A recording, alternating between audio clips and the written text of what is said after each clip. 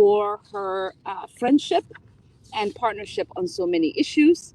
I want to thank my fellow Muslim caucus members, Andre Carson and Rashida Tlaib, and to Chu, who has been just really one of the greatest leaders, I think, and a friend to the Muslim community there could be in Congress. And to all of the other members who have lent their solidarity to this important effort. We are here because we are seeing a stark rise in anti-Muslim hate in this country. According to a brand new data from CAIR, this year has seen over 500 documented complaints of anti-Muslim hate and bias in the US reported to them. This includes everything from hate crimes, harassment, school bullying, discrimination, hate speech, anti-mosque incidents, and a sudden uptick in mosque attacks in May and in June. In May, there was an attempted stabbing of a security guard at an Islamic center in Falls Church, Virginia. In California, an Islamic center was vandalized with pro-Trump graffiti. The perpetrators also burned the alam, a red and white flag that symbolizes peace and justice in the Shia faith tradition. And of course, hate speech is rampant. In Oregon, a 68-year-old Afghan worker was abused with anti-Muslim slurs and belted with items while working at a local gas station. In New Jersey, a school board vice president repeatedly shared anti-Muslim posts on Facebook, including one that showed a Muslim man asking a Buddhist monk, "Why do you pray to a rock?" before showing the man praying to Kaaba in Mecca. And in my own home state of Minnesota, vandals spray painted hate messages, including "Death to Islam," "F Islam," the N-word, and a Nazi swastika on and near the Moorhead Fargo Islamic Center. A window of the mosque was also broken. This is only the most recent in a spat of mosque attacks in our state. These incidents pain me because they are so familiar. As a young refugee who barely spoke English, students mocked me, even going as far as putting chewing gum on my hijab. At one point, I was physically attacked by a group of teenagers because I didn't bare my legs or arms during gym class. And this has followed me even as I ran for public office and represent my district in the United States Congress. Just last month, my office got a call saying, "Muslims are terrorists, she's a rackhead N-word, and very anti-American communist piece of shit that works for her. And I hope you get that what is effing coming for you." This is one of the many threats me and my staff receive on a routine basis. So I feel this pain on a deeply personal level. But I know that the discrimination many Muslims experience is not unique to the United States. It is a global phenomenon. Just last month, a man deliberately drove a pickup truck into a group of Muslim pedestrians in Ontario, Canada, killing 4 members of a single family, including a 74-year-old Talet Afzar and her 15-year-old granddaughter, Yumna Afzal. Her 9-year-old brother, Fayaz, was left orphaned. From India to China to Myanmar, we are seeing systematic crackdowns on Muslim civil rights. Earlier this year, the UN Human Rights Council announced that anti-Muslim hatred around the world has reached epic proportions and called on countries to take all necessary measures to combat direct and indirect forms of discrimination. Thankfully, we have an administration that takes this issue seriously. President Biden reversed the hateful Muslim ban on day one and made it clear that Muslims are part of the fabric of this country. But we must go farther.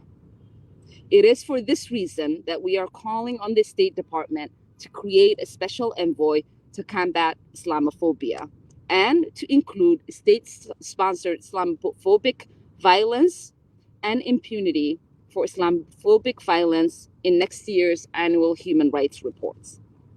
I will also be introducing legislation that gives this envoy the force of law. It is time for us as policymakers to treat these problems as interconnected and genuinely global. I will also add, we know that this increase in hate is not only happening to Muslims. Church bombings, synagogue attacks, racial hate crimes are also on the rise. We will not defeat hate with more hate. We will defeat it with solidarity. And now I would like to introduce my colleague and friend, Congresswoman Jan Schakowsky.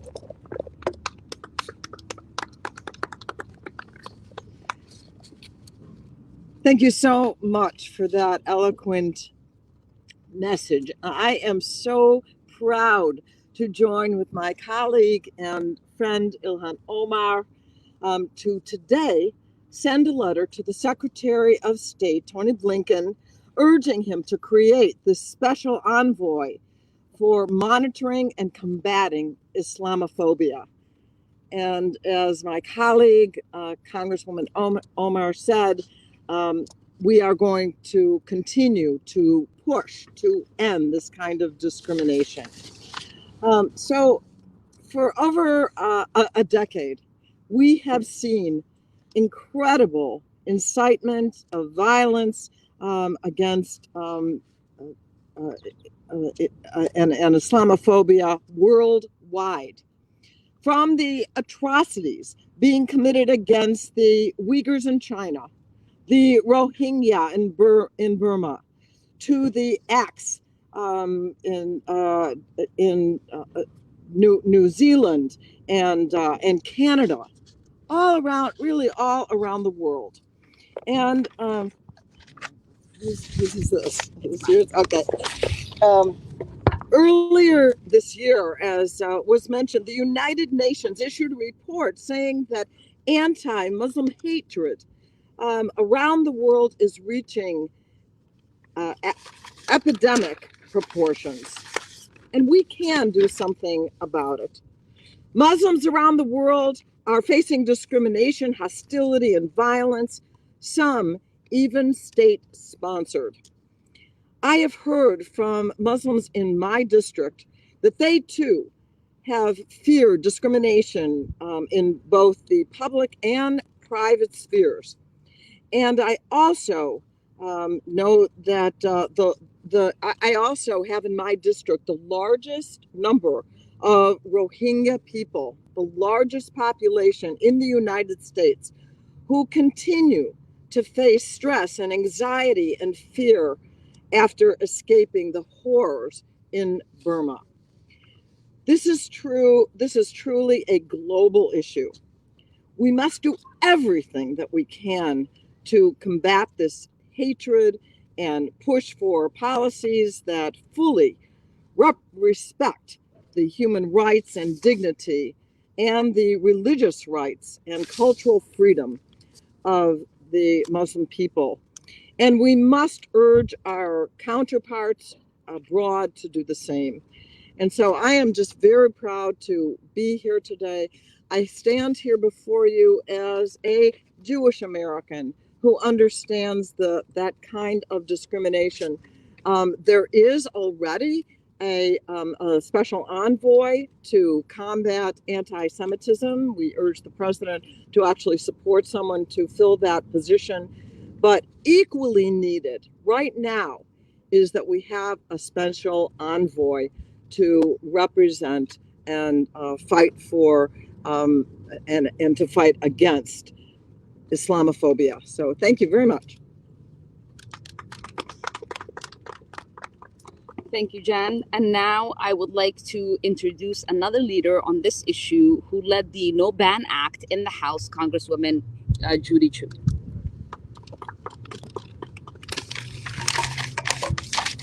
First, let me thank Congress member Ilhan Omar for her leadership in calling for a special envoy for monitoring and combating Islamophobia. I want to thank her for organizing this letter and for today's press conference. The cruel prejudice and abuse that Muslims around the world have experienced and continue to experience is a problem that we cannot ignore.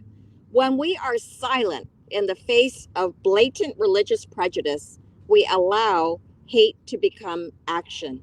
I know because we've seen it right here in the US of A. I will never forget the day that the former president's hateful Muslim ban went into effect and the chaos and pain that it caused. As soon as I heard the news, I rushed to LAX to help and was shocked by how deliberately harmful this policy was, something that continued to become clear over the subsequent years as far too many families were separated. That is why I'm so grateful President Biden ended this policy on his first day in office. But the anti-Muslim hostility that led to it still exists, which is why I'm so proud that this April, the House did pass my No Ban Act to ensure that no other president can implement such a discriminatory ban ever again. When prejudice becomes policy, we have to speak up. That's why I believe we must speak out against Islamophobic actions and policies all around the world. The violent repression of Uyghurs and Rohingya, the prejudice against Muslim minorities in India, Pakistan, and elsewhere, the shootings at mosques like the one in Christchurch, the murder of a Muslim family in Canada, and so many other examples around the world highlight the danger Muslims face when we allow Islamophobia to go unchecked. But we can help. The U.S. has the world's most powerful loudspeaker to use to champion the rights of others. And that is what we are calling for today by creating a new position to monitor and combat international Islamophobia, just as we have done for other communities. We can help fight this cruel prejudice and ensure a safer world for all of us. Thank you, Judy. And now I would like to introduce the Dean of the Muslim Caucus, my brother, Congressman Carson. Thank you, Ilhan, for your leadership, your passion, your brilliance, and your fearlessness in all that you've had to endure up until this point. We're so proud of you. To Representative Schakowsky, thank you, Madam Chair. To Judy Chu, Sister Rashida, Representative Jacobs, and Brother Nihad. I'm honored to join my colleagues in leading this effort to prevent Islamophobia around the world. Together, my colleagues and I, especially Representatives Omar and Schakowsky, I want to thank them for leading the letter to Secretary Blinken and all of us for acting as co-signers. I think it truly takes a village, a global village, to push back on the discrimination, violence, and abuse that Muslims are experiencing worldwide. As the world's most powerful nation and the one that is rooted in the principle of justice for all, America must lead efforts to protect vulnerable Muslims, whether they're in Palestine, Myanmar, New Zealand, India, China, the US, or anywhere else. We must protect them wherever they are threatened and wherever their human rights are violated. The rise in hatred is also a part of the rapid spread of far-right extremism and white supremacy.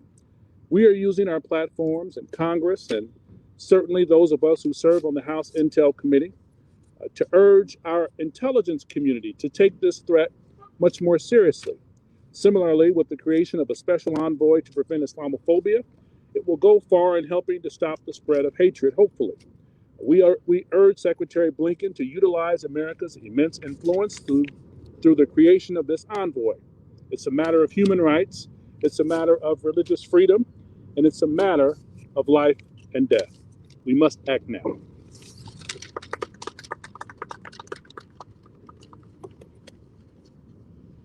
And now I would like to introduce one of our newest members of the Progressive Caucus, Congresswoman Sarah Jacobs. Well, thank you, Congresswoman Omar and Schakowsky, for your steadfast leadership on this important issue. I stand with my Muslim siblings experiencing Islamophobia and violence here at home and around the globe. We cannot ignore this dramatic and disturbing rise in violence towards Muslims. And we also cannot ignore how it's linked to the rise in white supremacy around the world. Just yesterday, back home in San Diego, where I'm proud to represent, a man pleaded guilty to setting fire to a mosque and, soon after, attacking the Chabad synagogue where he killed a beloved member of our community. We know that Islamophobia and anti-Semitism are deeply linked. And as a Jewish woman, I reject efforts to pit these two against each other. None of us are free unless we are all free. That's why I'm joining my colleagues to call on the Secretary of State to appoint a special envoy for monitoring and combating Islamophobia, just as there's one to combat anti-Semitism. And I join my colleague Jan Schakowsky in urging President Biden to make sure that position gets filled. As President Biden says, we don't lead the world because of the example of our power. We do so by the power of our example. So thank you again, Congress members Omar, Schakowsky, Chu, and Carson for your work and leadership on this issue. I look forward to working together to elevate and prioritize the fight against Islamophobia, both around the world and right here at home. Thank you. Thank you, Sarah. And lastly, I would like to introduce Nihad Awad, the co-founder and executive director of the Council on American Islamic Relations, who can talk about the uptick in hate that we are seeing. Good afternoon. Thank you very much. First of all, I would like to thank Representative Omar for her leadership and applaud her for her courage and pray for her safety because she represents so much for America and the Muslim community. She has endured abuse in the face of confronting bigotry, Islamophobia, and the injustice that's around us and around the world.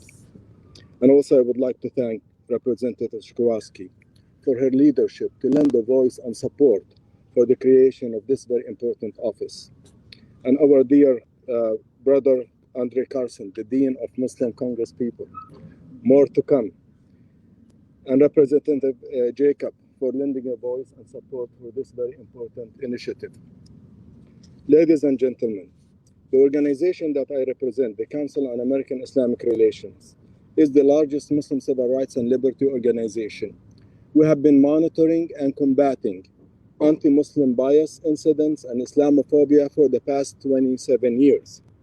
But in the past few months, we have seen an uptick in the number of cases against the Muslim community. Attacks on mosques, attacks on Muslim students in schools, more cases of discrimination in the workplace. There are many, many cases to enumerate and to talk about. I refer you to see the report that we are issuing today, the mid-year report of the incidents of 2021 on our website, www.cair.com.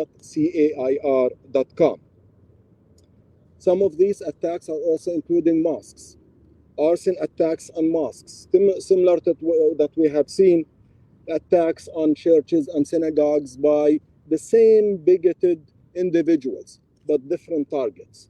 Same source of bigotry, the same kind of attackers, but we have different targets. They are united in their bigotry, and we have to be united in our response and rejecting these attackers against our faith communities and against our racial communities. In the past few months, we have seen an uptick in those numbers. More than 500 cases our national office, which is just a few blocks away, received. In the past year, 2020, we have seen a 9% increase in the cases. We recorded about 6,000 anti-Muslim bias incidents. In the past 3 years, we have recorded 10,000 cases. These are almost astronomical numbers compared to the numbers that we have to research and document in the previous years before the Trump administration. Ladies and gentlemen, Islamophobia should not be normal. I can tell you that many Muslims around this country and around the world, those who live as minorities, they started to feel that Islamophobia is part of the normal life. It should not, and we should not accept it. Islamophobia is a danger and threat not only to Muslims, but to all our societies and to the peace of our communities. And that's why the creation of this important office at the State Department sends a clear message that it is not okay to be Islamophobic. It is not okay to discriminate against people because of their faith tradition. It is not okay again to discriminate against people because of their ethnicities.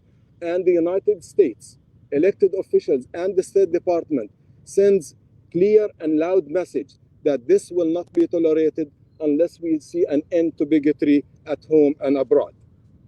I would like to conclude by saying we have been calling for the creation of this office for the past 20 years.